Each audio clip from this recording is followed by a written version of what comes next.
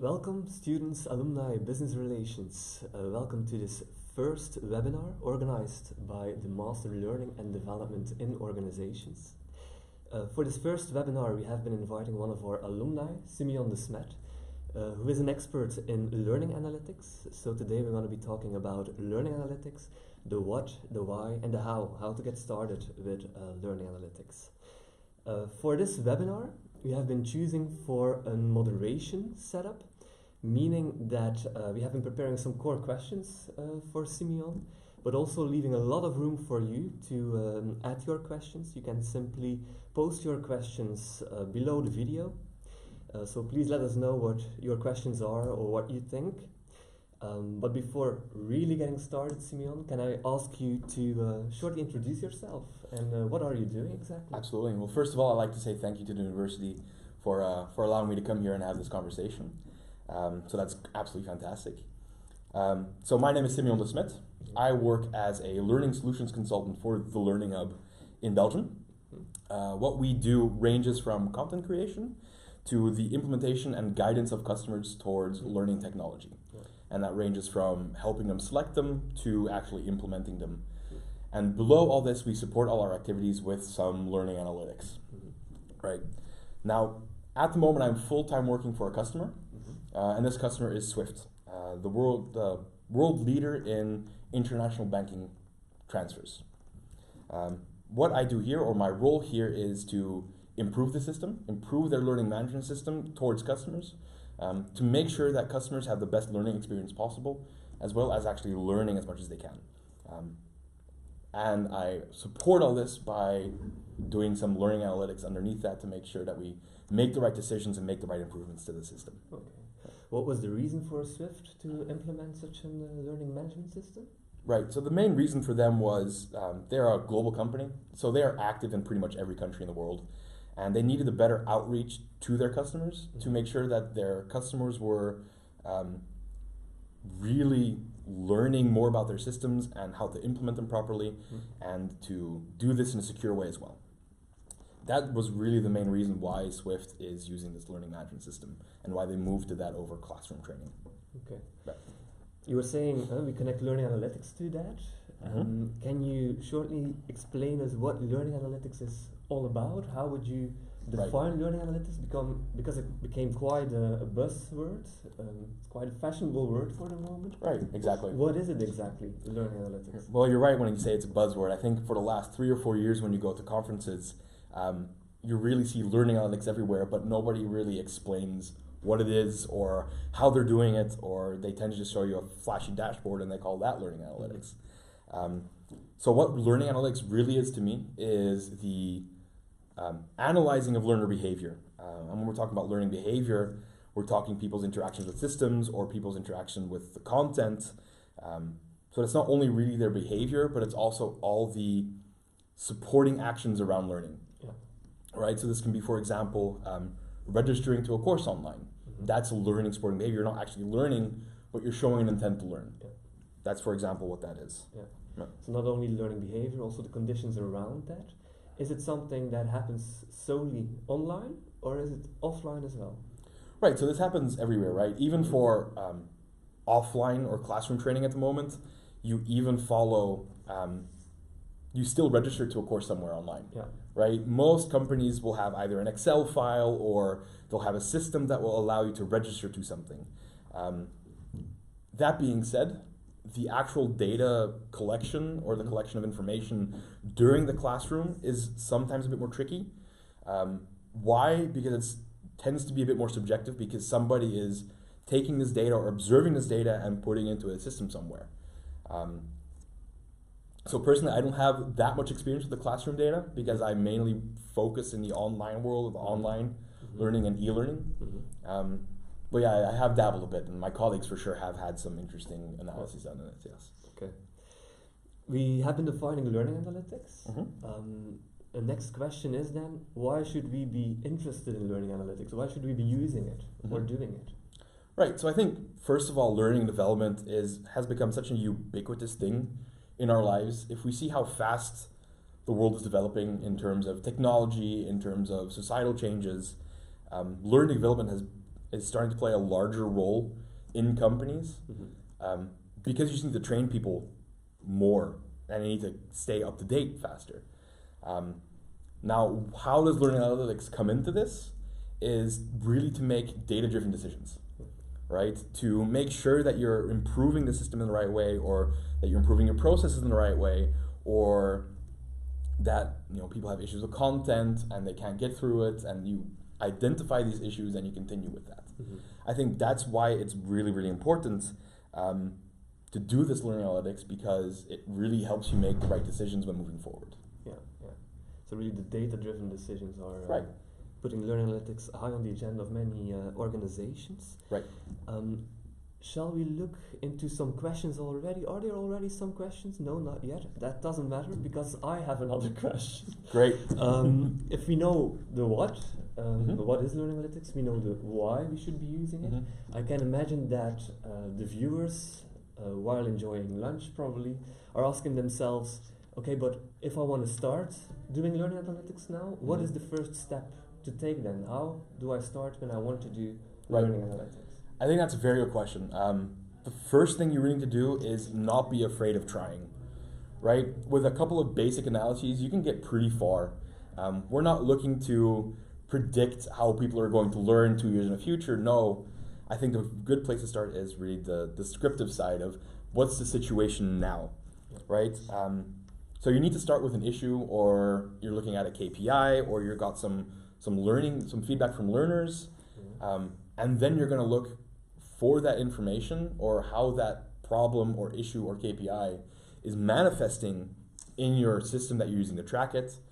This could be a learning management system, a learning experience system, or other IT systems that support learning. And you really see how this behavior manifests in your data, right? So the first thing is to do really to understand the kind of data your systems are collecting, because some systems will collect it in a different way, right? What are different systems? How can that data be collected? Right. So at the moment, there's a couple of really popular systems. So we're talking about learning management systems. There are two new up-and-comers that I think are worth mentioning for sure. One of them are learning record stores. So this allows for the decentralization of learning, but still for a central location for all your information. And then one of the other newcomers is learning experience systems. And a learning experience system really focuses on the experience of the end user, right?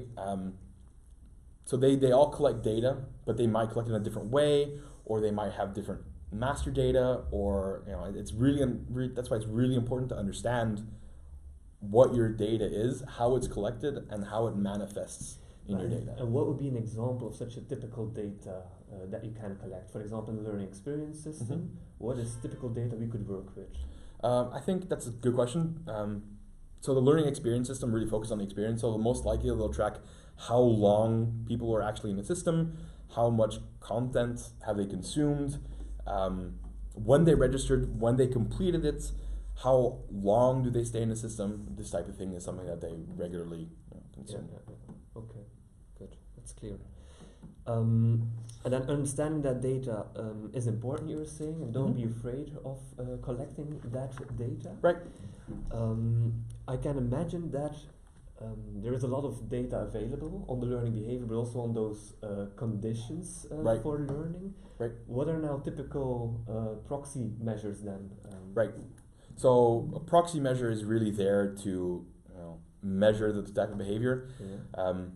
We already gave an example, I think, of motivation to learn. Right. You can see, for example, how quickly or how much time was there between they registering to the course and them actually completing it. If they've completed it in one sitting, if they completed it multiple times. If they've completed it multiple times, for example, I think those are usually pretty good measures for this type of thing. So that means that multiple times that you want to follow up the users, that you want to have follow-up data. Right. So I think it's really important to, once you've really identified the behavior in the system, that you use that as a baseline. That you put that down in a file somewhere and you make sure that you really understand this is our starting point. And then once you have your starting point, you can tweak things or change things. And and then once again, after that, look back into the system to see if your interventions had any improvements to the system. Yeah. Right. Yes, because we were talking about supporting learning and development in a better way, Mm-hmm. and then comparing it with the baseline is important. Absolutely. I think that's really important. Okay. We have been talking about the what, the why, how Mhm. to get started. I can imagine that there are some first questions.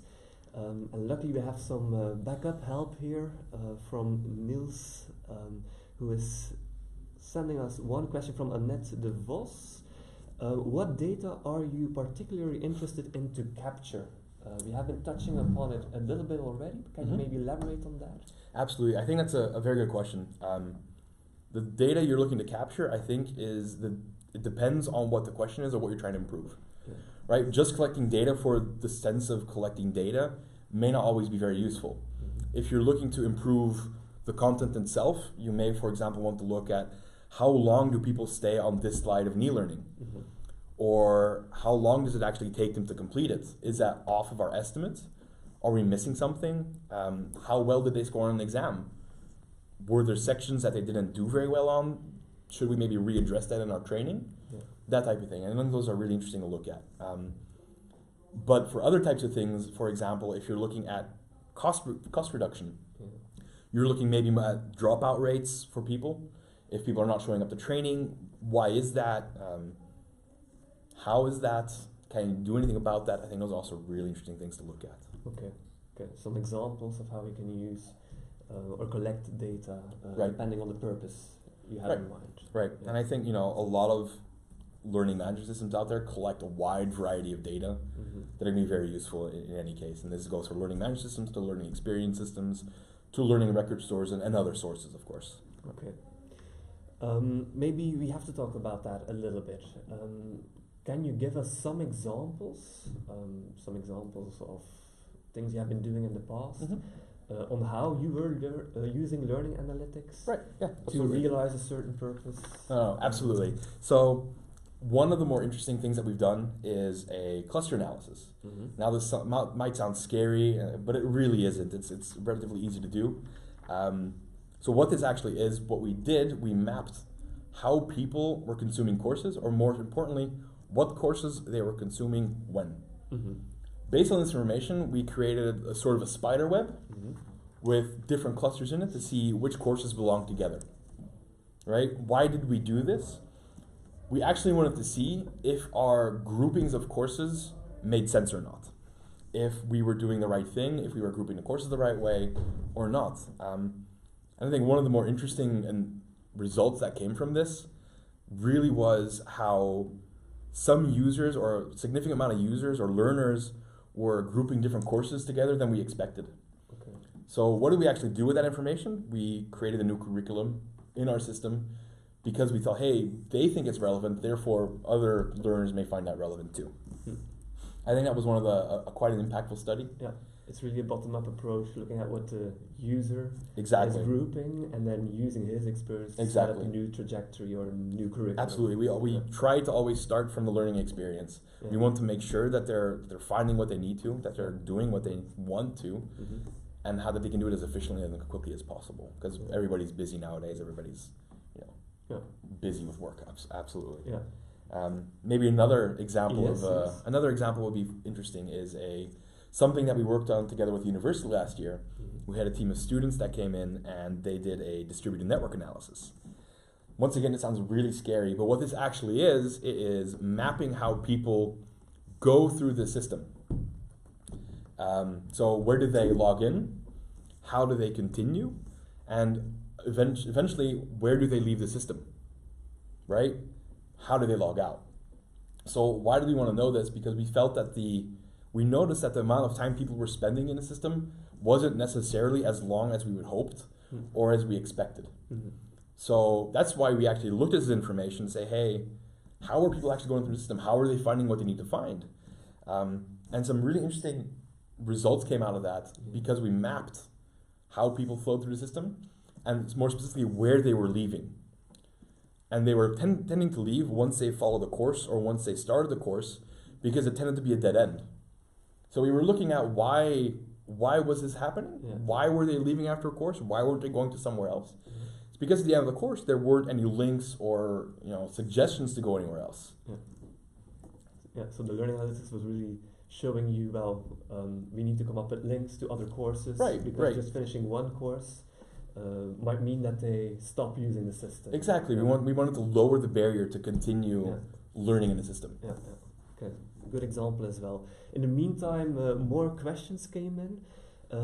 One of our students, for example, Pablo, is asking us how or do you use any special statistical packages to do those learning analytics? Right. I think that's a very good question. There's a couple of free resources out there that I think are very useful. First of all, you can do a lot in Excel, right? Excel even has a basic statistics package that you can enable in the add-ons. Mm-hmm. That's a good place to start for simple, regressions or correlations. Mm-hmm. That's a very good one. I have dabbled in R a little bit, but nothing really far advanced in there. Yeah. So you can do quite a bit with basic tools. Yeah. And the basic tools for you are Excel. Also. Excel and R. I think one that's really important too is nowadays Google Analytics. You can actually plug this into most systems or most websites that have learning on them, to really understand how people go through the system, how long they're staying. I think it's very good to collect base data on your systems, on your users. Okay. Yeah. So I'll remember that we should not make it too complicated. Don't overcomplicate it. Start simple, start small, and build on that. I think that's the best approach to going towards it. Instead of, don't start with 500,000 records to analyze, but start with 2,000 or 3,000, where it's a very limited amount of people that you can still do in Excel, that you can still get some. Start with descriptives. Yeah. Okay, I hope that's an answer to Pablo's question. Another question comes from one of our alumni, Janneke Vergaar. She's wondering, do you also look at other databases and variables to see the effect of, for example, completing a training? So if you want to know if users are completing a training, do you combine, I think that's how I should understand the question, do you combine learning experience system data with other kind of databases? I haven't had to so far, because the system that we use or the system that we have are already well connected and they get fed in master data. So very often in learning management systems, it'll be connected to another system that will feed in the users. Okay. And on this you can see which organization they work for, which countries they come from, which languages they speak. Okay. But I think connecting to other databases is something that might be very interesting for some organizations if they don't already track all this information, to have people insert it themselves, to get more master data, to get more contextual information. Okay, you're saying mostly that data is already brought together in a certain system. Right. But what kind of data could be connected then? Suppose it's not the case. What type of data are we connecting? Right, so information, for example, extra information could be what kind of organizations do they work for, what's the business of the organization, age might be a different one, if they have different preferences, it's often related to age, what language do they speak, what language do they learn in, sometimes not always the same thing. So a lot of master data or a lot of contextual information about people, background information can help you further segment your users to give you a better understanding of how they might interact with your system. Okay. More questions coming in. Judith, for example, how do you make sense of the data you collected? How do you come up with conclusions? What needs to be changed or adapted? So data comes in. Right. How do you make sense of that? And then how to come to the conclusion? Right. I think that's once again a very good question. How we make sense of the data, I think that's a very important step, because a lot of companies or a lot of people who come to you and offer learning analytics will very often just give you a dashboard without really understanding the data that's collected behind it.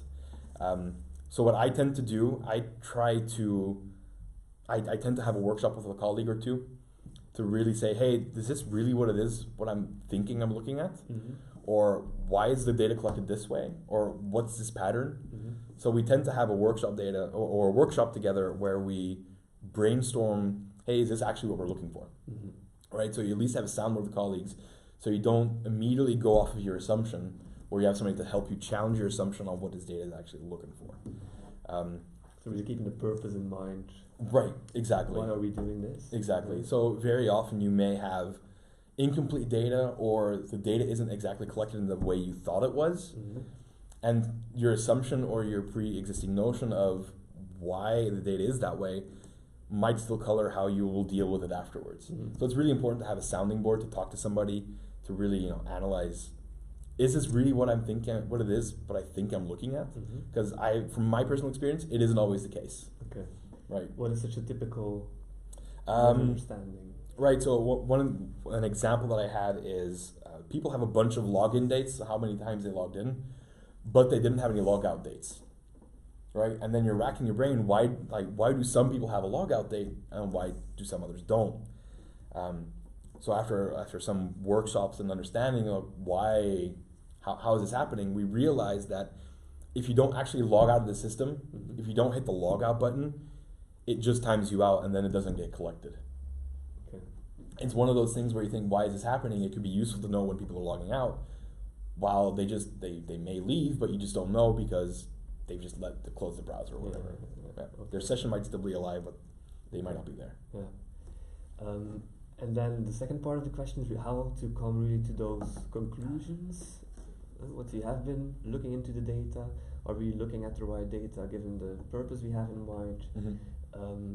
You analyze that data and then you need to come up with conclusions.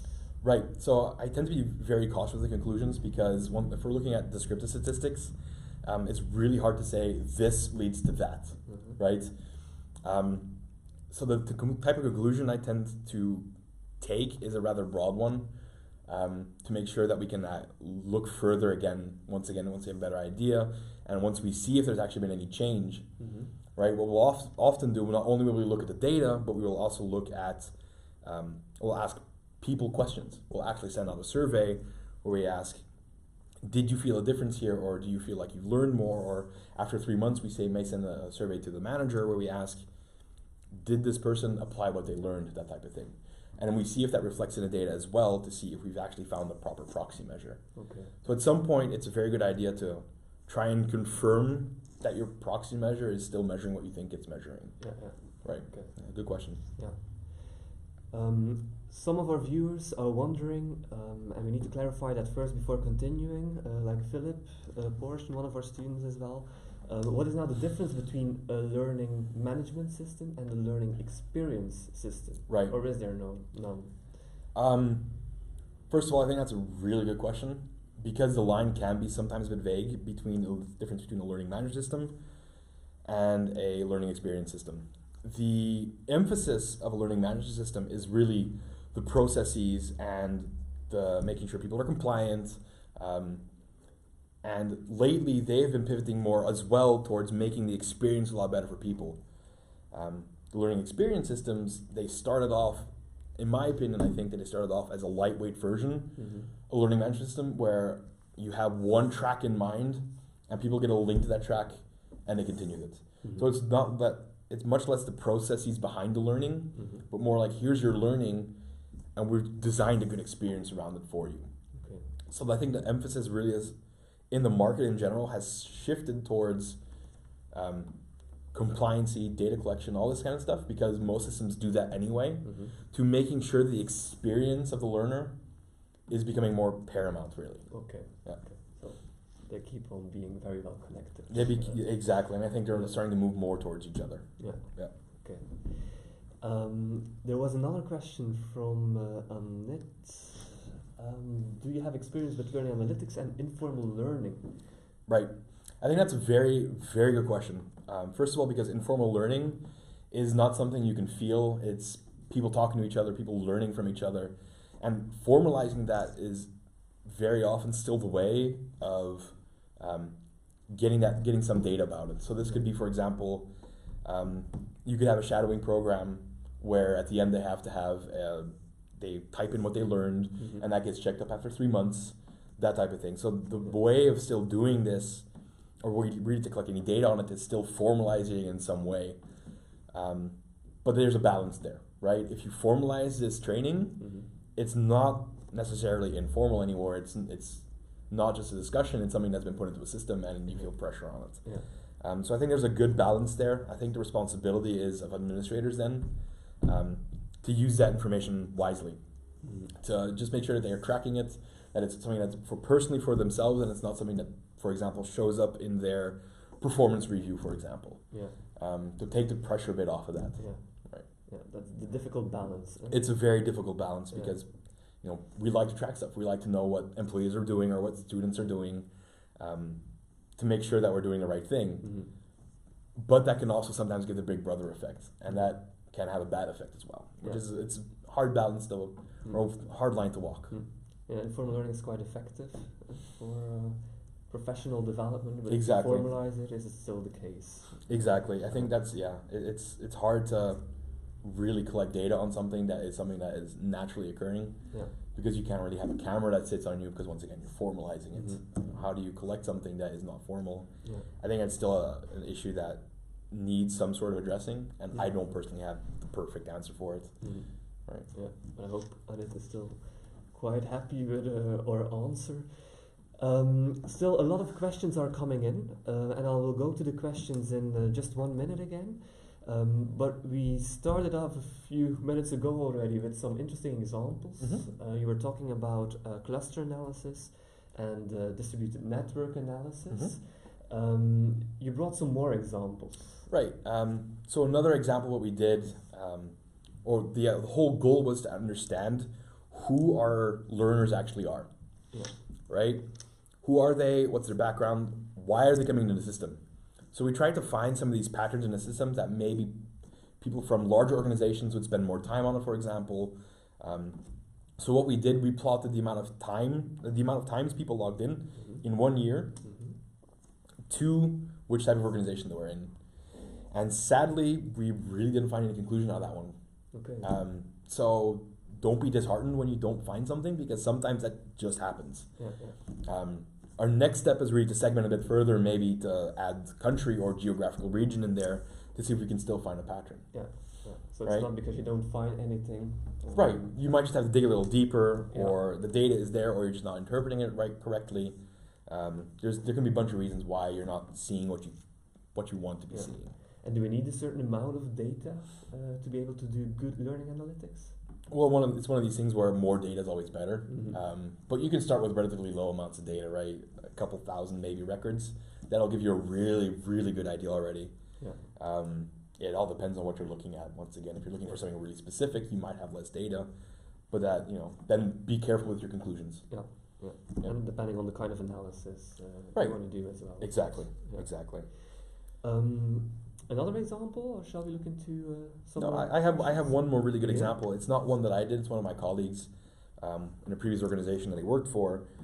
And the input was a cost-cutting exercise. Learning development had to lean a bit down because the company wasn't doing very well, or the company had a bit of struggles, or wanted to lean in general. So what they did then, they looked at when people were not showing up to classroom trainings. Right? A no-show or a canceling registration last minute or this or that costs money, because you've reserved a place for this person. That costs money. So you're losing a potential seat in that class. So what my colleague has done then, he mapped this out, and he noticed some patterns on when people were dropping out. Could it be, for example, and he linked that to different factors, like how far is the class from where the office is, or from how far from where they actually live, to what time of year it was, to when they were having their performance reviews. And he found some interesting patterns in there.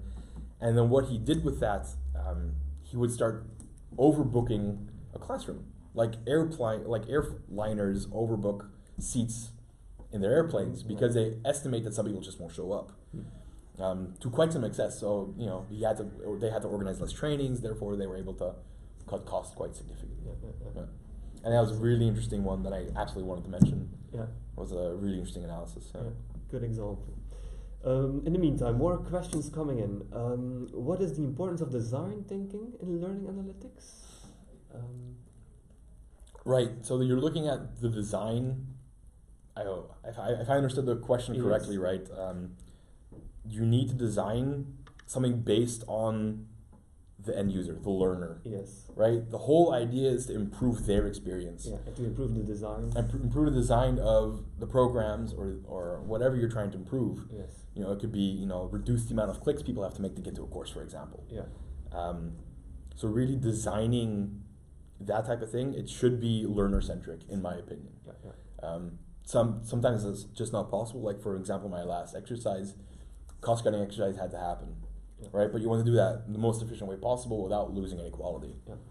So yeah, it can come from, the design can come from different areas, I think. Yeah, yeah. Using data to understand how they learn, to personalize then the design to that. Yeah. Right. Another question from Pablo. A lot of companies relate learning KPIs with time and payroll spent on learning. What do you think about this? What's the best KPI to measure the impact of learning in your opinion? So I think those are let's start with the first part, and then we'll try to address the second part later. Yes. Right? So the relationship between KPIs right. And learning analytics? Right. So what I've noticed is sometimes the people setting the KPIs don't necessarily always look at what needs to or what's really important. So really setting the KPIs is, I think, really important because you need to you're trying to achieve something there. So KPI is a key performance indicator for people that don't really know. And if you put this with payroll and performance reviews, learning becomes a different type of experience for people sometimes, where it becomes an external motivator that they want to get a nice bonus at the end of the year, so therefore they have to reach the KPIs. Yeah. You're influencing motivation the wrong way. Exactly. Not necessarily the wrong way. It can be used correctly, but it's a very fine line. I think the intrinsic motivation is really the more important way, or it's better for long lasting. Yeah, the most effective one. Right. Yeah. But to get people interested, for example, a small reward, like a small badge, or hey, thumbs up, well done, can be very effective.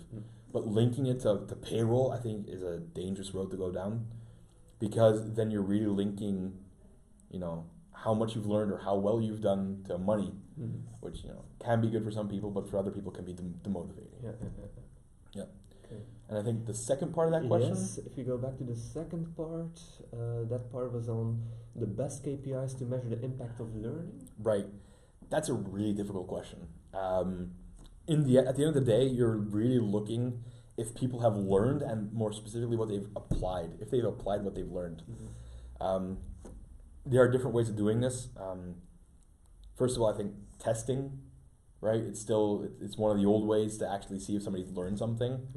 Not always very popular, but you can do this in fun ways now, right? You can have it be animated, you can have it be question Q&A type style. So there's ways of making this more fun than just multiple choice, for example. Another way of doing this is with surveys, for example, where right after the training, you ask the person, what did you learn? And then 3 months later, you ask the person again if they've actually learned, if they've applied to something, and if they have, how. Right? And then you can at least measure if they've actually applied something.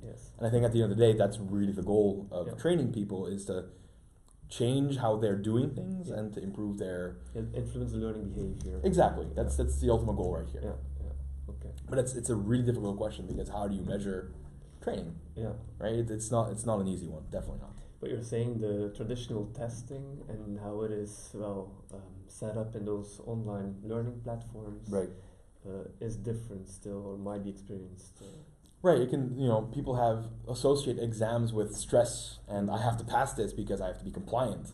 So once again, how learning administrators or learning development professionals handle these exams, or how they treat them, that's the core question, is also really important, right?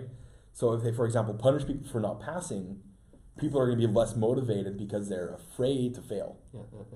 Right?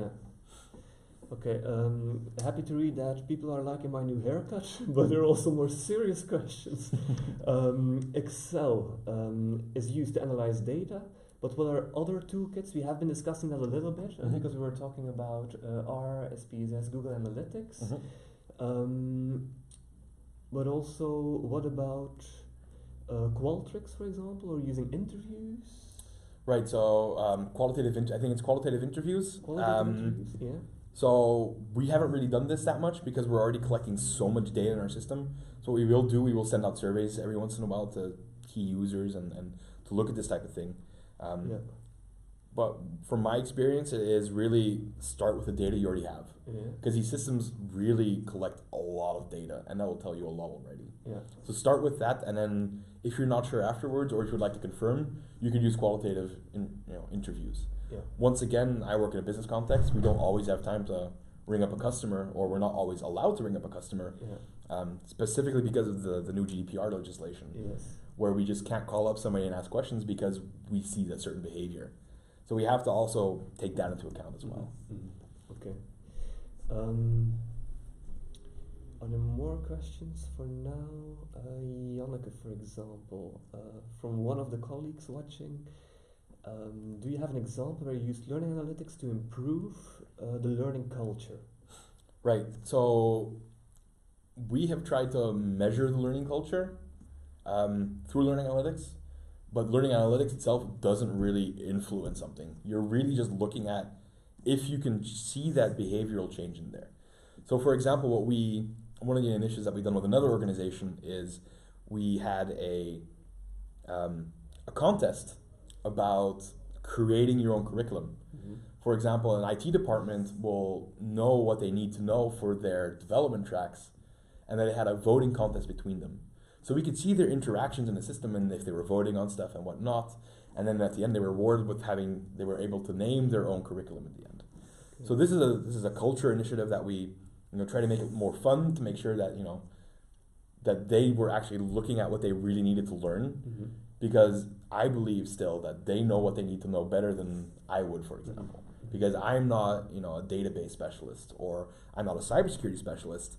They are. And they know where stuff are going. So I think it was a good initiative for them and a good way for us to find out what they really need to know. But if we go back to our previous question on proxy measures, right? And we want to do learning analytics and use the learning experience system to also tell us something about learning climates or learning cultures.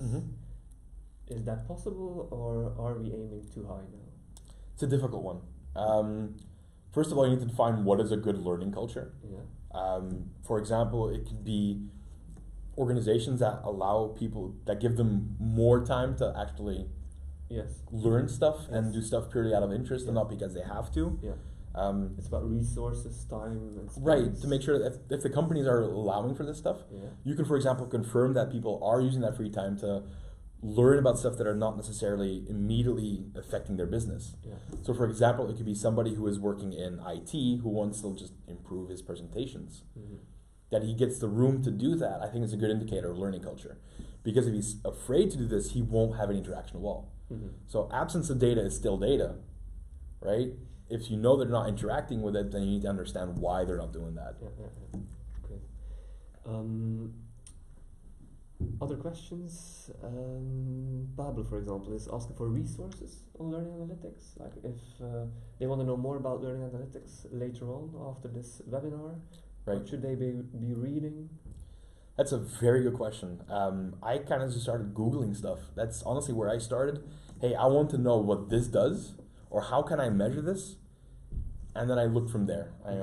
That's kind of how I started out.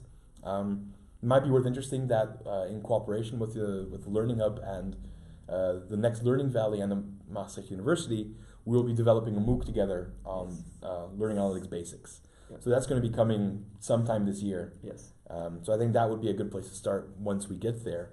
But before that, really just don't be afraid to experiment. Really, it doesn't have to be difficult. I don't have a statistics background, right? I really don't. But because I was interested in it, and because I really wanted to know why some things were happening or how they were happening, that's when I really started to look at it. And once I was interested, it became easier for me. Okay. Main variables that you use for data analytics on learning. A question from Leanne. Right. What are your main variables or variables you think of the most? So I'll very often look at their intent to learn. So do they really intend to learn? Do they come in? Do they look for stuff? How are they looking for things? I think those are quite important to look at. for example, we found a pattern in data where we saw people were logging in multiple times without actually consuming courses. Okay. But they were still logging in, which means something, right? So we assume, what could this mean? Maybe people can't find what they're looking for. Is that because it's in a different language? Is it because our descriptions aren't correct in our courses? What do we do about that? You know, that's when we start looking at the data in the system. It's like, how often are they logging in actually? Okay, and what pages are they looking for? How quickly do they leave? And to kind of identify an area to ask more direct questions to the customer afterwards. Once again, it's difficult to just go shoot out an email to them because of data legislation, which I'm very happy for in general, in any case. So it has to, we have to find creative ways to find that data with what we have.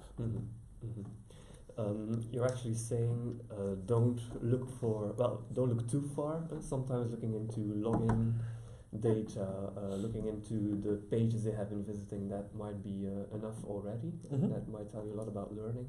And if you can complement with additional questionnaire data, right, that's very helpful. So it really depends on what you're trying to improve, right? If you're trying to improve the content that you have, you're going to really look at how long people stay on a slide, how long do they take for this e-learning, do they come back often, how do they actually use it?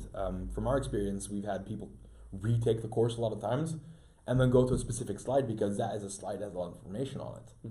So is that the best use of it? Doesn't that take too much time? Maybe we can just provide a quick reference card next to that course so they can come back and check that on. It improves their experience, that improves how they're accessing and how they're learning, so they can just quickly access it instead of having to click through all the slides again. So once again, it really depends on what your goal is. If either it's cost cutting, or it's improving content, or it's improving layout of the system. It really depends. We have been talking a lot about possibilities of learning analytics. I can imagine that given the experience you have and the different cases you have been setting up, that there are quite some pitfalls, typical pitfalls connected to learning analytics as well. What are the pitfalls that you experienced, for example? So the pitfalls that I've personally experienced is not fully understanding the data that's in front of me. So I've had a couple of cases where I thought I was looking at something that I thought what it was, and it turns out to be something completely else, or that it's collected in a different way than I expected, and therefore I drew a different conclusion. So I think that's really, really important, and to really understand your data and how it's collected. Really, that's where it really starts. How is this data collected? How am I seeing what is coming out of it here? And can I adapt it if necessary? Exactly. So one of the things that I've seen a lot of companies do that come out with learning analytics, they will say, hey, here's our dashboard, just plug your data in and it will show you what you want to see. I personally am wary of this. Why? Because different systems collect data in different ways, right? One person might call the registration something else, or one system might call registration something else that somebody else does. Or another example of this, for example, registration to a classroom training, somebody might register you to do that, and then that data is picked, and that will be mixed in with other people who registered themselves. So it's really important to understand how your data is being collected, how it's coming into there, and what you're actually reading. I think that's really one of the important things to do. Assumptions are dangerous. Don't try to assume. Try and go in with an open mind, and do that. Once again, and then another thing that I see very often as an issue is that people very quickly want to jump to a conclusion because they think they see what they want to see. Right? Don't be too quick. Wait a while, sit on it, workshop with your colleagues. Really, don't be take your time. Right? I get there's pressure, I get there's that, but drawing the wrong conclusion and changing stuff based on your wrong conclusion can have bad effects and adverse effects too. Very good. Well, think over all the steps you're taking. Right, really think about it. Data collection, data analysis, and drawing the conclusions. Yes. And really just don't overcomplicate it. Start simple. Start with how long it takes between people registering and people completing a course, for example. Is that what you think it is? How often are people accessing the system? They're pathing through the system. Is Google Analytics out of the box stuff? And then you can really see, are there any dead ends? Are there any pages I can improve? What can I do there? Yeah. Why are people leaving here? And then you can ask yourself those questions to start going a bit deeper. But Yeah. start with the basics and then build upon that. Yeah, okay, thank you. More questions from our viewers. I think David is looking for a way to code. When do you think would help you do your job better in 5 years? How would you code that? Is that the question?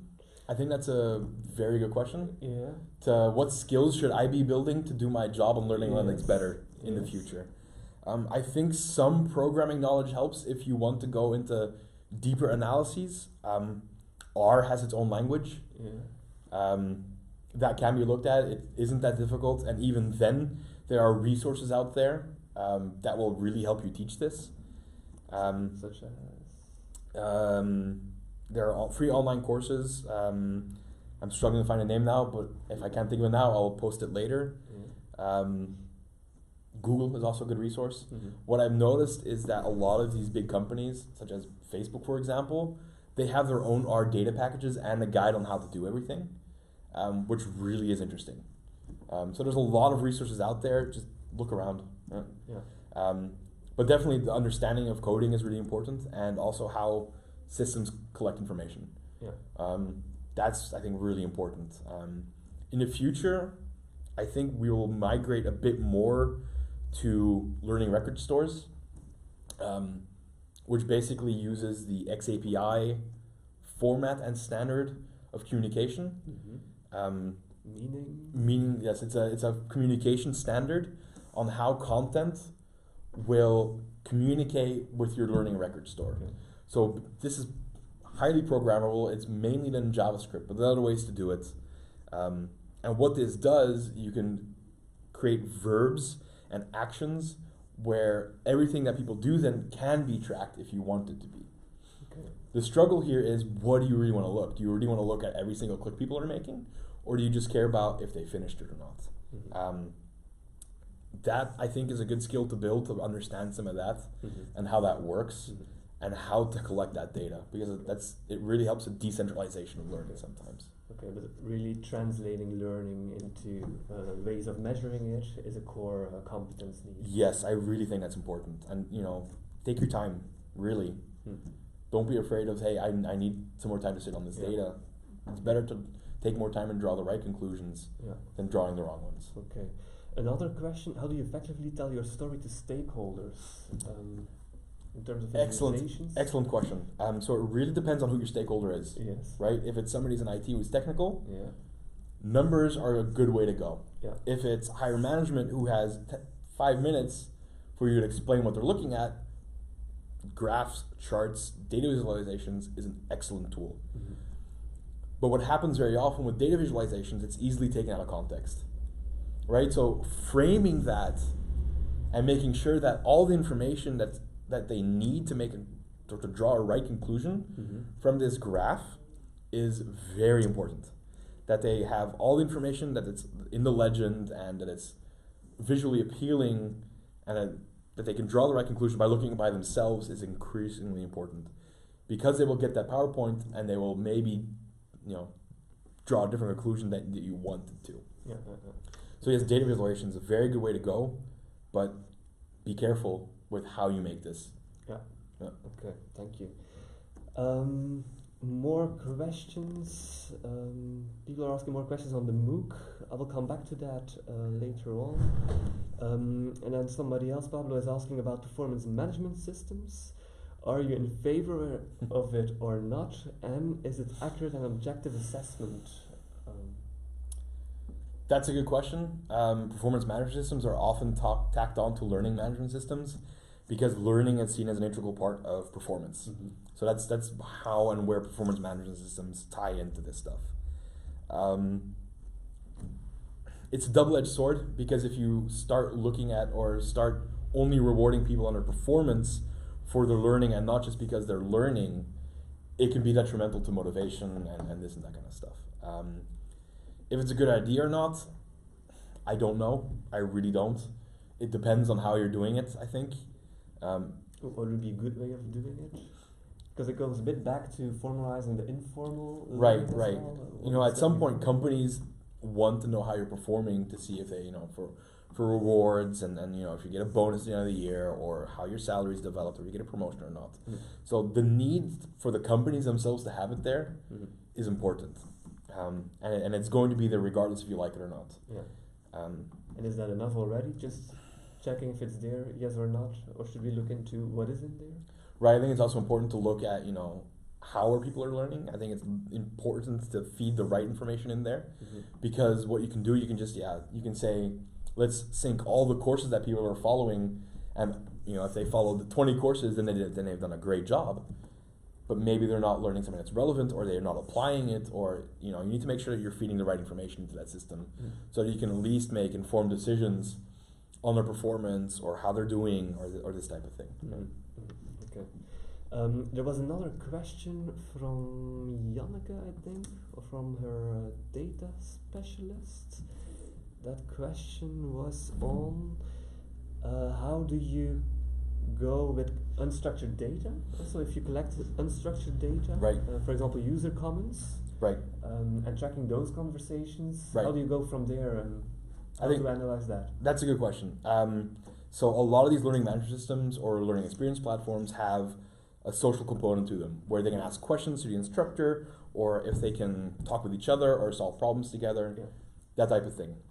First of all, I think it's important to nuance that while learning management systems have this stuff, very often this type of thing doesn't only happen in a learning management system. It'll happen through messaging apps, it'll happen through email, it'll happen through face-to-face conversations. So you don't have everything. So you don't have everything. So I think it's very important to understand the context of your data here.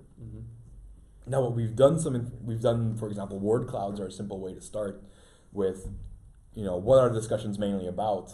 If you have a lot of data, a word cloud will show, you know, the main words or the main topics that people are talking about. And then you can map that to, are these actually our learning objectives? Are they talking about what we want them to be talking about? Are we missing something in our course? If you want to go deeper into that, if you're looking at feedback from customers that, you know, type an angry comment or a happy comment, you can look at sentiment analysis, which will, you know, basically look, is this a good comment or a bad comment, right? Then you can see how happy people are with your courses. It's not always a very easy analysis, especially if you're looking at multiple languages, because, for example, a comment can be, I really love this course, but this and this could have been better. But the sentiment analysis will pick up, I really like this course, and it'll say it's a good thing. So it could be difficult to implement because you need to teach whatever system is tracking this stuff or whatever analysis you're using to better make decisions on categorizing comments, because you might miss something by not getting feedback. You need that human coding step in between, which takes some time. Exactly. Machine learning can only take you so far. Right? After a while, somebody's going to have to say, hey, this was actually a good thing, and actually look at some of the stuff and teach the system to, you know, look at better. But I think a good place to start is a word cloud analysis. And then that could be of interactions with people, or it can also even be of all your course descriptions. And to see if those things match, or if they match each other, and that might be a good way to understand if you're reaching the topics. If you're designing a course and you're using learning goals and topics that they need to be touched on, to see if that discussion matches that, might be a good way to see if you're actually meeting the needs of the people. Or if you need more explanation in your course because people are just asking too many questions about it, or they don't see it immediately, maybe a good way to understand if you're hitting the mark. Or maybe you have to code the comments given to this webinar and see what the analysis or the conclusion on that is. Judy is asking us another question. Have we tried to measure learning quotient of modern learners or traditionalists who are now using modern systems? I'm not sure about that question. I'm not sure. I'm not 100% sure on what the learning quotient is. Maybe she can. You have to elaborate on that, Judy. You have to help us a little bit here. But you have another question as well. Can you share a sample of a big idea you or your team was able to realize or validate through learning analytics? Right. I think some of the examples that we already gave were really the bigger ones that we looked at. One thing that I would really like to do in the future is because we are working in a really international organization, pretty much every country in the world, also in I think 9 different languages at this point, and we have over 100,000 course completions. So one of the next things I would really like to look at is language preference. Because we have a lot of courses are available in different languages and people speak different languages, to see in which language people prefer to learn. And maybe map this against, for example, course difficulty, because we rank the difficulty of courses. So for example, maybe they prefer to learn an easy course in their own language, but when it comes more advanced stuff, they might prefer English, for example, or the other way around. I don't know. I think that's really an interesting one to look at, also to help maybe reduce the translation costs of courses, because this way we can actually understand how much money we're spending on where we're spending the money on translating courses to be more effective. Well, I think that's one of the ones that I would really like to look at this year. Okay. Given time, maybe one final question, and then we're gonna have to round up. An interesting question for reflection. What is your view, Simeon? A question from Philip on the growing artificial intelligence technology. How will this change our future? Maybe that's a nice question to finish with. I think that's definitely a good question to finish with. I think artificial intelligence will take us so far as to being able to automate a lot of our stuff. But once again, you will still need human interaction with people, right? You will still need people to do stuff. And somebody's going to have to make this artificial intelligence. Artificial intelligence, however, can collect a lot of data. And I think collect a lot of interesting data that can be looked at. I think the danger here is not going to be, you might collect too much data. If you collect everything, not everything's going to be relevant. No. Right. But finding your way, really, finding the relevant data. Finding the relevant data, I think, is still going to be a very human thing. For the time being, I don't know. I can't predict 20 years. You know, my job didn't exist 20 years ago. You know, so in the next 20 years, I don't know what's going to be there, which advances are going to be made or which not. But you were talking about the important competence of translating learning into data you can look into. This might be another important competence, finding a way in very big databases and being able to select what you really... Definitely, because there's so much data being collected out there. You can create as many records as you want at this point. So it's good to understand how to deal with big data and how to do that stuff. Definitely. Simeon, I want to thank you for this webinar. In the meantime, still more questions are coming in, but maybe we can take some time afterwards to look into those. I want to thank the viewers for following this first webinar organized by Learning and Development in Organizations.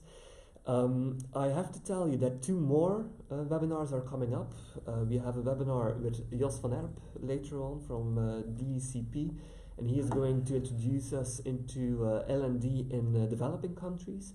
And there's another webinar coming up with Mieke Koeslag-Kreunen, and she will look into team learning. So stay tuned for those webinars.